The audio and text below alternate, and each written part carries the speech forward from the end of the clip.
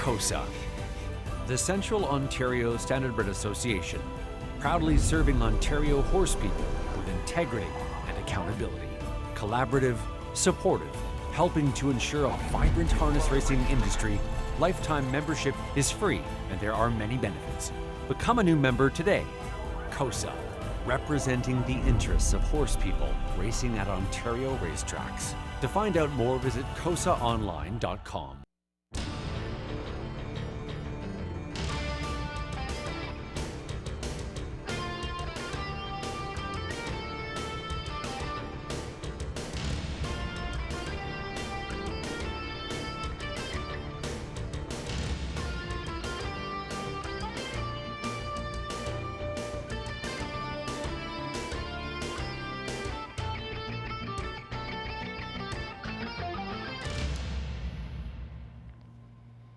Hey, good evening, everyone. Welcome back to the Raceway at Western Fair District in London, Ontario. Half-mile harness racing action this evening, getting underway in about 25 minutes. Fast and dry conditions this evening in London. It's just a beautiful evening for a horse race. I'm your track announcer, Shannon Sugardoe. We'll get things here started pretty soon. We did something special here on Friday evening, a special edition pre-game at 6 p.m. Friday evening, where we crowned all the top performers of 2020 here at the Raceway. Our awards banquet, of course, could not do it in the carousel room like we always do. We usually have a jammed, packed, full house, 200 to 300 people involved in that. But things the way they are, we did the pre-game show, and yeah, coming out on top for overall horse of the year, OK Man, for the owner Stuart McQueen. Congratulations there. And how about the age pacing mare of the year? Casimir Swamp Girl for Team Bossens went out and won, actually, a top class event here on Friday night after taking her crown as the age pacing mare of the year 2020.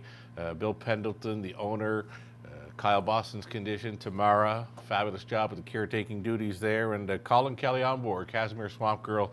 Nice to see them all in the winner's circle, celebrating the victory in the top class event, celebrating her accomplishments of 2020 here in London. So let's get a look at some ticket ideas now. It's the HPI Bet Pick 5 play for race number 1, starting up on the pace with a field of 7 noses, all on gate here in the opener.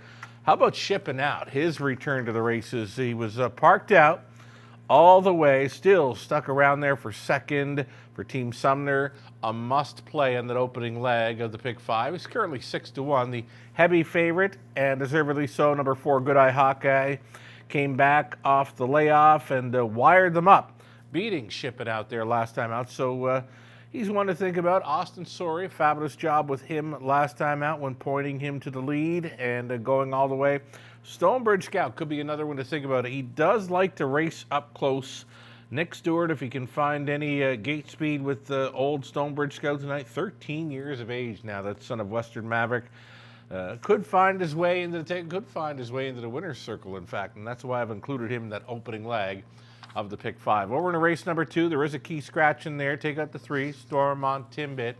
I'm going to use the 1, Secretly Flashy, or the 4, War Were You Sane. War Were You Sane appears to be facing an easier group there. And yeah, back on the rotation now. War Were You Sane for me, likely on the lead and trying to go all the way there tonight. Brett McDonald on board. Over into race number 3, probably one of the more this is the most wide open event on the night's card. I went 6 deep in here with a 1, 2, 3, 6, 7, and 8. You got the likes of Dalliator, Mo Better, the Lone Ranger, Deadly Action, Ryan Klein, 8 Positive Hanover, and might as well talk about Mock Art in Motion even from the trailing spot. Definitely one to be thinking about there. Middle leg of the Pick 5. Key play for me happens to be the 6, Outlaw Grabbing Gears. Paul Davies had this one in fine form for the qualifying efforts there in February. Was good to go here off the pocket ride. 28 seconds flat over a good track here in London this time of year. You don't see too many of those. So Outlaw Grabbing Gears, definitely in top form. My key play for the Pick 5 in the 4th. Good luck, Paul, with Outlaw Grabbing Gears again this week. Look to complete with a 1, 4, 6 in the 5th. I'm in for $21.60 on a 20-cent play. The early pick 4, sponsored by SK Realty, will be starting up in race number 4 tonight. I've used that key play, Outlaw Grabbing Gears, to get things underway in the 4th. Again, we're 3 deep in the 5th. Over to race number 6. Claiming mares in the pace, the likes of White Dancer, WC Kenzie Cookie will try to find her way in the winner's circle. She wired them up here on February 19th. She had the outside post here on Friday night, where I believe she finished second best. Thinking, yeah, second best maybe. And then also going to include Azalea Seoster. And if you knew Susie, never really got a chance to race there.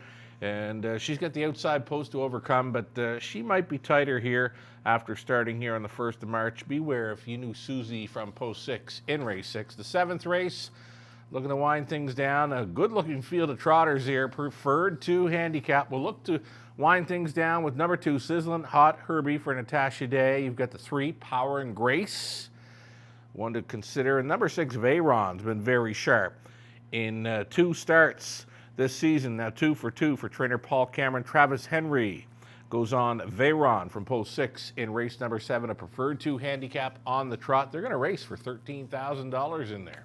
$7.20 is what I'm spending on the early pick 4 play. We've got a late pick 5 that will begin in race number 6. Again, it's those claiming mares on the pace.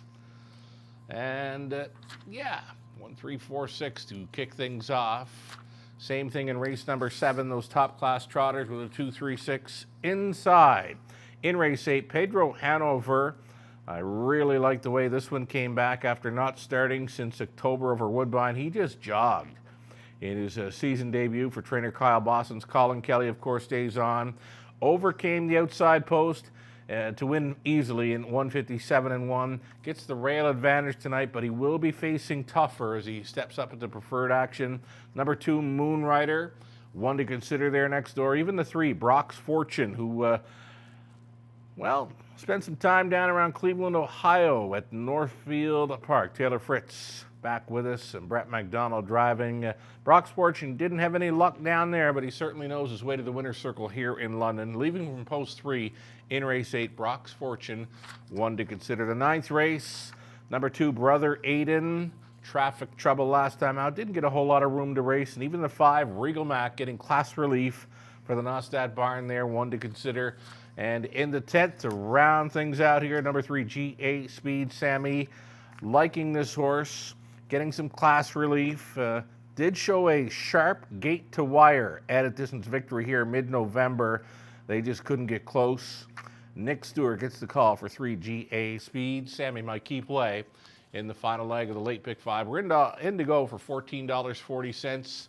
My late pick 4 almost mirrors the late pick 5. We did switch things up in the finale because we've got a little more money to use as we take out the first leg of pick 5 from race 6. So yeah, it's pretty much identical. Races 7, 8, and 9 are identical to my pick 5 play. 10th race, though, we've also included number 1, Bravado Sealster, and the 4, Amazon Dragon, to go along with GA Speed Sammy. We're going to go for $10.80 on a 20-cent pick 4 wager. Long shot. Yeah. Long shot play for tonight. I was looking at race 5, and I was looking at 4, Easy Flyer.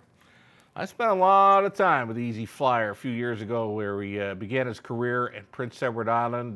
Blaine McKenna got him to the races, and he's been through a few barns since coming up to Ontario. Easy Flyer, that qualifier says he's good to go. He came home in 29 seconds flat to be second best for trainer Cassidy Schneider.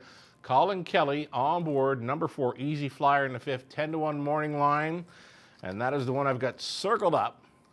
That's my long shot play on the night. Best bets. Let's get a look at a best bets menu from our guest cappers this evening. We've got Tony, Lou, Ontario Racing, myself on board. For Tony, really stepping out here. Outlaw Grabbing Gears. I'm just joking. Impressive in his return, says Tony. Looking to repeat here. Outlaw Grabbing Gears, a favorite in race number 4, and likely a key play for both the pick 5 and the opening leg of the early pick 4. Lou Sorella went to the Good trotting mare, Power and Grace, in race number 7 at a post 3, 3-1 morning line with Brett McDonald going back on board. Lou notes this mare loves the lead and may be on it tonight. For myself, I was looking at the 1 Pedro Hanover, race number 8. Very sharp in the season debut. Winner of almost $500,000. Got a mark of 49-3, so whole bunch of backlash there for Pedro Hanover. Gets that rail to work with. Again, very sharp season debut. Plus, this barn is red hot right now. Trainer Kyle Bossett sending out Pedro Hanover, my best bet in race number 8. For Ontario Racing, they went to the 3 GA Speed, Sammy in the finale. A clear top choice for them in there, and a must play for the Super High 5 finale. And with that, that's pretty much going to do it for the pregame show. We've got all 10 races, of course, featured on HPI Bet. First couple are going to be featured on the TVG network south of the border, so happy to have them along for the ride in the early going tonight. Again, it's fast and dry conditions, mild temperatures, beauty of an evening for a horse race in London, Ontario. Good luck tonight.